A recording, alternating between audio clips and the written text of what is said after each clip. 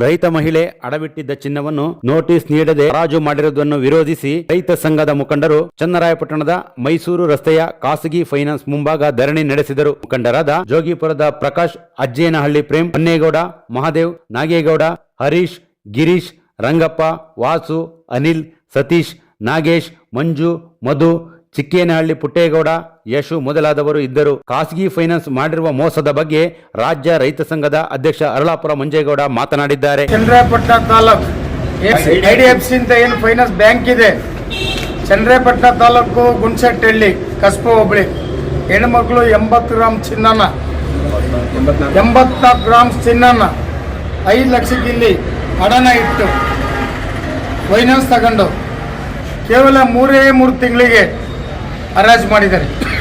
5 ಲಕ್ಷಕ್ಕೆ ಅಡ ಇಟ್ಟು ಇವತ್ತು ಅದು 16 ಲಕ್ಷ ಚಿನ್ನ ಕೇಳ್ತಾರೆ. ಇವ್ರು ಬಂದರೆ ದಬ್ಬಾಳಿಕೆ ಮಾಡ್ತಾರೆ. ಪಾಪ ರೈತರು ಬಂದರೆ ತಕ್ಷಣಕ್ಕೆ ಇವತ್ತು ನಾವು ಇಲ್ಲಿ ಬಂದಿದ್ದೀವಿ.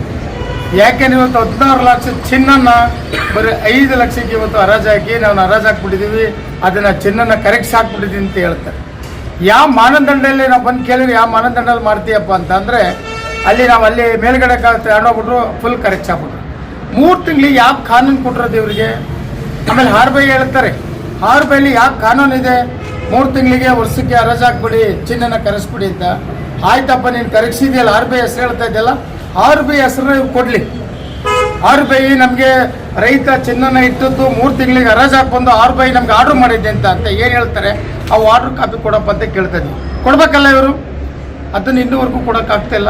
ಆಮೇಲೆ ನಮ್ಮ ರೈತರು ಪಾಪ 4 ಜನ ಬಂದಿದ್ದಾರೆ.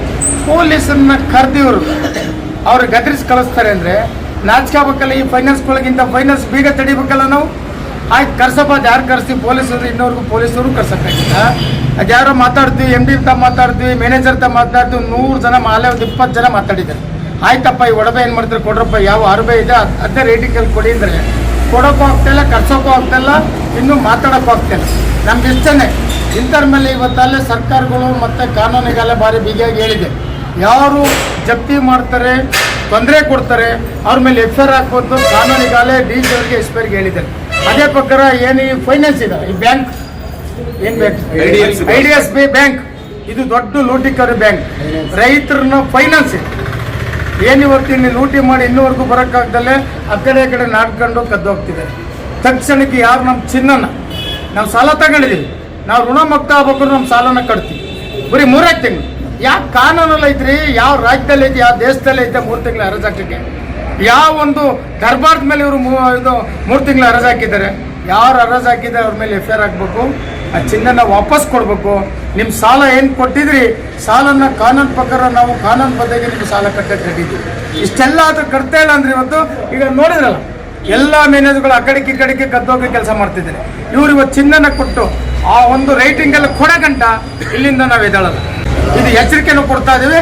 ಈಗ ಏನಾದ್ರು ಕೊಡಲಿಲ್ಲ ಅಂತ, ಈಗ ನಮಗೆ ಲೆಟ್ರೂ ಕೊಡಲಿ, ಇವರೇ ಕೊಡ್ತೀನಿ ಅಂತ ಒಪ್ಪಿದ್ರೆ ಕೊಡಲಿಲ್ಲ ಅಂದರೆ ನಾವು ಇದೇ ಆಫೀಸಲ್ಲಿ ಕೊಡ್ತೀವಿ. ಎಷ್ಟೇ ಥರ ಆಗಲಿ, ಯಾರು ಕರೆಸ್ಲಿ, ಈ ಮನುಷ್ಯಂಗೆ ರೈತಂಗೆ ಇವತ್ತು ನ್ಯಾಯ. ಟಿವಿ ಕನ್ನಡ ನ್ಯೂಸ್ಗೆ ಲೈಕ್ ಮಾಡಿ, ಶೇರ್ ಮಾಡಿ ಹಾಗೂ ಮತ್ತಷ್ಟು ಸುದ್ದಿಗಳಿಗಾಗಿ ಫಾಲೋ ಮಾಡಿ.